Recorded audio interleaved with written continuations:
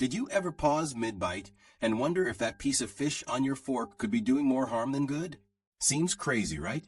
We sit down, thinking we're making the smart choice, loading up on what's supposed to be heart-friendly, brain-loving food. But tucked inside some of those dishes is a hidden danger that doesn't shout, it whispers. We've been fed the story for decades. Fish is the golden ticket. Omega-3s, lean protein, the food that keeps your brain sharp and your heart steady. And yes, there's truth in that. But bodies change. After 60, what once felt harmless can quietly turn heavy. The very meals you trusted can start tipping the scales in the wrong direction. Take smoked salmon. It looks elegant, even doctor approved. But here's the part no one advertises. 2 ounces, 600 milligrams of sodium. Just a couple bites, and you've burned through a third of the day's limit. Sodium isn't just flavor, it's pressure in the arteries, weight on the heart, strain that builds until one day it snaps. High blood pressure is the #1 trigger for stroke, and the cruel thing is it doesn't knock first, it sneaks in silent. I've seen people pick up a shiny pack of smoked salmon, thinking they're investing in health. Yet stacked on a bagel with cream cheese or layered over salty crackers, it becomes less like nourishment and more like a storm for your arteries. But you've got a choice. Grill that salmon, bake it, dress it with lemon and herbs, maybe a drizzle of olive oil. You'll still get those omega-3s without swallowing a salt bomb. Now think of pickled herring. For some, it carries memories, family tables, holidays, tradition. But 2 ounces? 700 milligrams of sodium. Almost a third of your daily budget gone in one serving. The very salt that preserves the fish is quietly corroding the body day after day. And research makes it plain. Those who lean on salt-soaked foods climb higher on the ladder of hypertension and heart problems. Still, you don't have to erase it completely. Fresh herring on the grill tastes just as good without drowning in brine. And if you treat yourself to the old favorite, balance it out elsewhere with lighter, low-sodium choices. This isn't about perfection, it's about protection. Then comes the golden trap. Fried mackerel. That crunch, that comfort, it's easy to see why it's loved. But once the fish hits oil, the story changes. Especially oil that's been reused. It brews up trans fats, oxidized compounds, silent villains that scar artery walls and invite plaque to settle. Once plaque lays down roots, clots find home. That's when stroke risk jumps. One study spelled it out.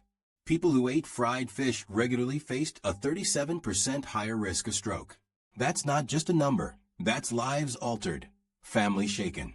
And even the breading, those flours additives, adds fuel to the fire of inflammation. But flavor doesn't have to disappear.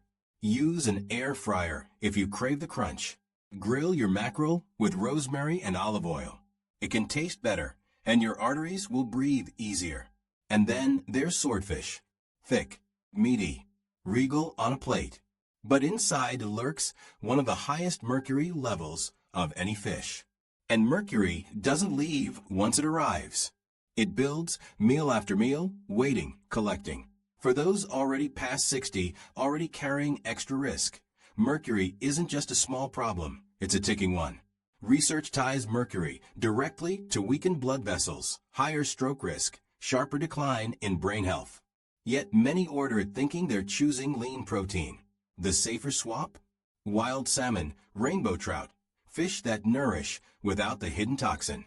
Finally, the nostalgic classic. Fried cod with fries, wrapped in paper, glowing gold. Cod itself isn't the problem. Baked or steamed, it's a clean, lean gift from the sea. But dunk it in hot oil, especially oil that's been reheated and broken down, and it transforms into something far more dangerous. That oil cracks apart into free radicals. And free radicals don't sit still. They tear into vessel walls, spark inflammation, leave scars. And scars turn into plaque.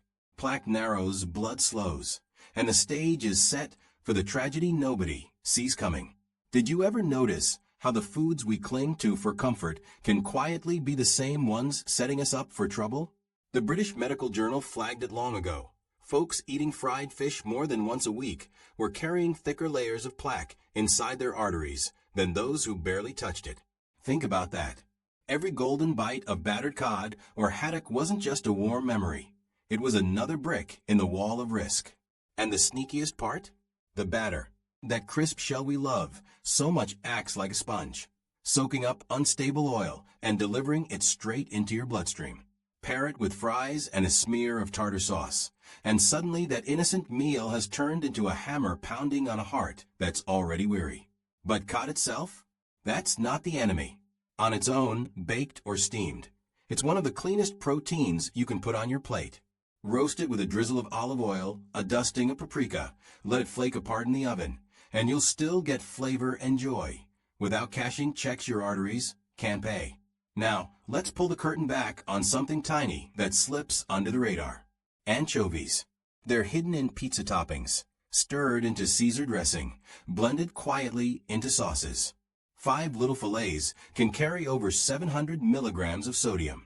For many older adults, that's nearly half the daily limit, gone in a heartbeat. And the real danger? You often don't even know they're there. That sodium sneaks in, pulls water into your blood, swells the volume, pushes pressure higher, all while your arteries take the hit in silence. Stroke Journal made it plain. Trimming just 1,000 milligrams of sodium a day could slash stroke risk by 20%. That's not a statistic, that's a second chance. If you need that salty edge, reach for olives, sun-dried tomatoes, or simply ask what's hiding in the sauce.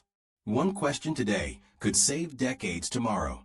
Then there's sea bass, especially the Chilean kind, rich, smooth, celebrated on fine dining menus. But inside that tender flesh is mercury, and once it enters your system, it doesn't just leave. It settles, accumulates, and waits. Over time, it fuels inflammation, stiffens vessels, and leaves clots with fertile ground to grow. Studies tracking mercury exposure show the pattern clearly. Eat high mercury fish consistently, and your vascular health starts slipping. You won't feel it tomorrow, but year by year, the damage stacks. If you crave sea bass, make it a rare indulgence, not a regular guest at your table. Better yet, let sardines, flounder, or wild salmon take its place. They bring richness without the poison wrapped inside. And what about Atlantic cod? It's everywhere: fish and chip shops, takeout boxes, family dinners. On its own, it's lean and nourishing, but fry it, batter it, drown it in oil, and it becomes a Trojan horse of trans fats, oxidized oil, and refined carbs. Because it's so common, it creeps into habits before you even notice. One Friday treat becomes 2, and suddenly it's routine. Circulation reported that people eating fried fish regularly showed higher levels of C-reactive protein, a marker of inflammation that drives stroke and heart disease. Inflammation doesn't shout, it simmers, quiet, relentless, deadly. But you can turn it around. Cod baked with lemon and rosemary, steamed with garlic, or poached gently in broth gives you all the goodness without the sting. And finally, haddock, the cousin cod, the star of many pub baskets, crisp and golden in its fried form. Once it hits that reheated oil, though, it transforms. The oil breaks down into aldehydes and trans fats, tiny saboteurs that scrape artery walls and plant the seeds of plaque. Because haddock is so common, many don't even realize how often they're feeding the fire. The Journal of the American Heart Association spelled it out. The more fried food you eat, the steeper your climb toward stroke, especially after 65. The risk doesn't crash in all at once. It builds, quiet, steady, merciless. But here's the hope. Haddock can be redeemed. Bake it with a light crust of herbs and crumbs. Poach it in a fragrant broth, or grill it clean and simple.